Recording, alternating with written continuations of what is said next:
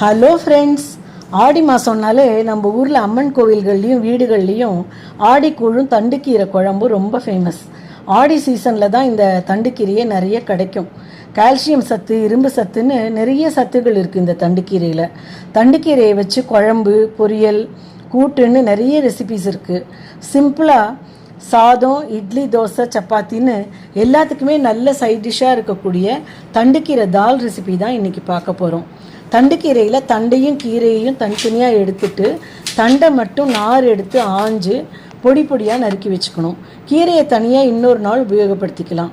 இப்போது ஒரு ப்ரெஷர் குக்கரில் 5 டீஸ்பூன் எண்ணெய் ஊற்றி சீரகம் தாளித்து பொடியாக நறுக்கின 2 வெங்காயம், கருவேப்பிலை, நீளமாக வகுந்த ஒரு பச்சை மிளகாய் இதையெல்லாம் போட்டு வதக்கி ஒரு பெரிய தக்காளியையும் பொடியாக நறுக்கி போட்டு வதக்கிக்கணும்.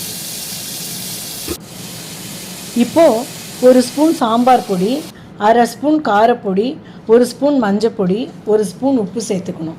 2 கரண்டி பயத்தம்பருப்பையும் நல்லா வாஷ் பண்ணி சேர்த்துக்கணும்.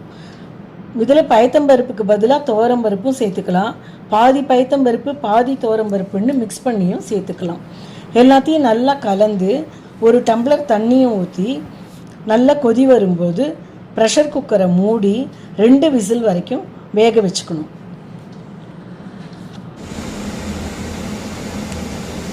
குக்கர் ஆறினதும் திறந்து பொடியாக நறுக்கின கொத்தமல்லியை தூவினா சூப்பர் தால் ரெடி. செஞ்சு பாருங்கள். Bye friends.